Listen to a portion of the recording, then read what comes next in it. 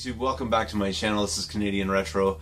I've got another pickups video for you here. The first thing I'm going to start off with is, I guess you call it a trade that I did with the Min234. I actually put up a number of Kijiji ads recently, which is Canadians Craigslist. I'm sure you guys probably know that by now if you have any other Canadians that you follow that are video game collectors and stuff like that. We've mentioned it all the time. It's actually more popular than Craigslist is here, although the Craigslist is something that's pretty popular. Kijiji seems more popular. I don't know, maybe it's the name or something, I'm not really sure.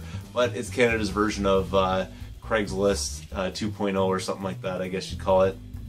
But I put up a bunch of ads there. He didn't actually respond to the ads, I just drew his attention to it because I said, hey, there might be some stuff that you're into in there. So he actually went and took a look and picked out a whole bunch of different items of mine, and basically I just went to like sell them those items and give him, like, you know, a bro discount because he really hooked me up in the past. If you haven't really checked out that video, we did a trade previously, and he just threw in a whole bunch of Genesis stuff for me, which was I really appreciate a lot. So I just basically cut him like a deal in which he essentially just covered my cost for things by doing that. So go check out his video when he puts that up. I don't know if that's going to come up before this one or not, so we'll see what happens there. But this is one game that I got off of him that he had a double of, or he was trying to get rid of, so I really appreciate it because my copy of this is actually loose cart, and now I have it somewhat complete, and it's Streets of Rage for the Sega Genesis. So this is pretty cool for me.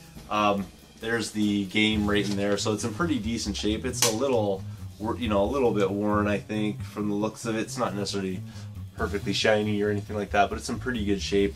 It is missing the manual. I think he went to look for one, but he just never really came across one, he was telling me. So still cool nonetheless, and always nice to run into a fellow YouTuber. If you haven't checked out his channel, definitely go do that. I'll put links down below as usual, all that kind of good stuff. And I'm sure he's going to be putting up a video of the things that I essentially sold to him for the most part. So that's coming up on his channel very shortly, I'm sure about it.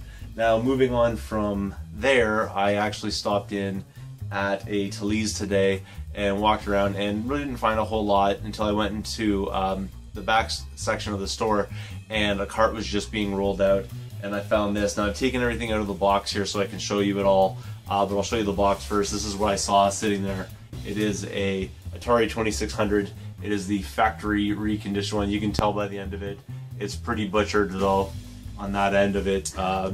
So it's pretty ragged condition, but the contents inside were well worth it. So that's pretty cool right there. I don't know how often you see these factory reconditioned versions of the Atari, so that's pretty neat, I think. This one here, I'm fairly certain doesn't have any French on it, so I don't think this was actually released in Canada, which is kind of interesting, because otherwise it would probably have some French on it somewhere. I don't see any, so that's pretty neat right there, actually, to see something like that here. In this package here, there's obviously the system, and unfortunately its RF box, or whatever you call this part here, someone has cut it on the end, which I'm sure there's an easy fix to that, but honestly I'll never use this. I have no way of hooking this up. I don't have an old style TV that actually accepts this kind of connection, so I don't really know a whole lot about that. So this says on the bottom here, service date was 1/20/1983, so that's when this sucker was serviced last. I just noticed it right now. There's a small little chip in one of the controller ports, so I don't think it's going to affect anything. Otherwise it's in pretty decent shape. It's kind of dusty and dirty. Someone looks like someone's like had something glued to it there at some point, but otherwise it looks like it's in pretty decent shape. It's a 6-button one, but it's not heavy, so I guess this would not be referred to as a heavy sixer. I'm not a huge Atari fanatic or anything like that, but it does have the wood grain on the front of it, so those are kind of cool systems definitely to get. It came with an aftermarket power supply, which I don't even know if this, well, this probably does work. It's kind of interesting. Weird. Anyways, it's just like a universal one, so the original one for this probably fried a long time ago and someone got a replacement for it. A lot of different like manuals and stuff like that here. So the 1-year warranty on it, a limited 1-year warranty, so I'm pretty sure that's expired. Still pretty cool. Get some documentation with it. Manual for one of the games, a couple more manuals for games. This one here was not in there. Air Sea Battle. Unfortunately, I don't think that game is actually in this pile, but I don't totally have everything sort of memorized here as to what was in there. Also came with a couple of controllers. It seemed like they're in pretty good shape, so that's kind of nice. 2 of them. And then also came with 2 paddle controllers, so that's pretty cool right there. And everything with these seems fairly like in good shape, so that's a nice addition there as well. Moving on, there's a whole bunch of games inside actually as well, which was just sort of loose in the box. I don't really know what to start with here, so first one here is Pole Position. I don't really have a good knowledge base about the values of these games or anything like that, so I was kind of going off of just like the fact that there were some games in here, because I did pay a pretty good amount for this. You'll see what I mean in a second. The next one is Grand Prix. So there's that one. Space Invaders. Super Breakout, which I'm assuming that requires the paddle controllers, so that's pretty cool. And then Kung Fu Master, which I know if this one were on the 7800, this would be a very expensive game, but I don't know about the 2600 version of it. I don't think it is. And then there's one game here that's in a box, which is Robot Tank. Of course, the box is like really beat up. Got like a piece of it sort of hanging off the back. Really not in that great shape, but the game's in there. It has that glue issue with the cheap glue or whatever on there, but still pretty cool. And I think one of these manuals, I think this manual here is actually for this game, the Robot Tank. And then the next manual that I have here is Star Raiders, which is actually for this here, which is really cool. This is the Star Raiders game, which is in there. I don't really want to get totally into, well, I will anyways, I'll get into this. So the Star Raiders game is in there, and the box on that one's kind of beat up actually. The inside, this part's like all sort of ripped up. It's not really in great shape, but the game's in there, which is, you know, the main thing. But also in here is, which I think is one of the cooler things, because I've never seen one of these before actually, is the video touchpad that goes along with Star Raiders. It actually has the insert that goes on there as well, so pretty cool. Just like on off, shields on off, Hyper Warp. I don't really know that game that well, so I don't really know much about it, but still pretty cool. It's like a type of controller that goes along with it, and it's in really great shape, so I don't know if it was used that much, which might be a bad sign. I'm not sure. Still cool nonetheless to find these things in here, and I think that was everything that came along with it for the most part. Yeah, that's everything that came with it. And for all that Atari stuff right there that I just showed you, I paid essentially $40. It was $39.99, and then with tax, you know, it was whatever, and then it took $5 off, so it was like $40.20 or something like that it came to, after I got my $5 off coupon on it. So I thought it was a pretty decent deal. I don't really know a whole bunch about the value of any of those games and stuff like that, but you don't really see Atari stuff around, and that touchpad thing alone's pretty cool. So that was that particular pickup. I thought it was a pretty good deal. You tell me what you think. Moving on from there, I also stopped in at a Goodwill, and I found a pretty awesome game, Resident Evil 0 for the GameCube. For this one here, I paid $3, and just get my receipts out of there. And there it is right there. The case is not in the world's greatest shape and definitely needs to be cleaned up. And the discs are, well, they're pretty good. They're not bad.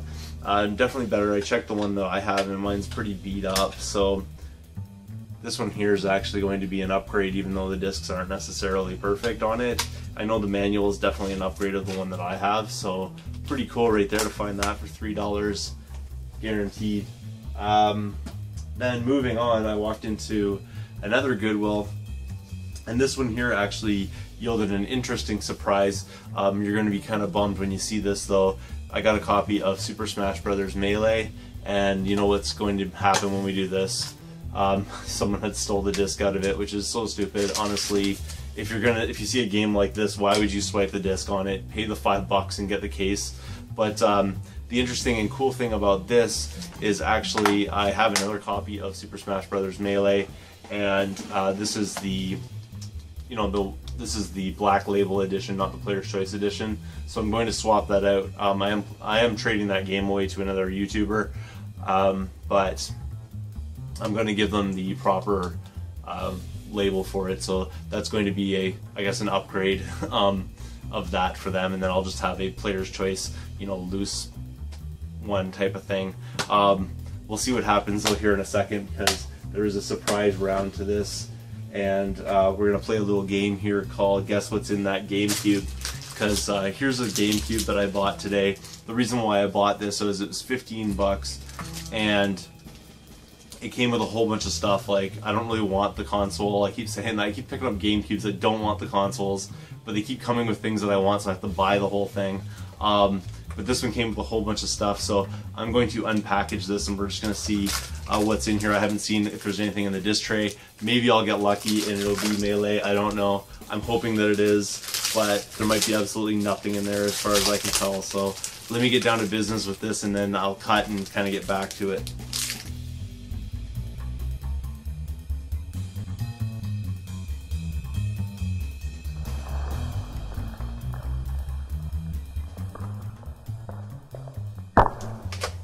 Alright, so this is everything that came with it.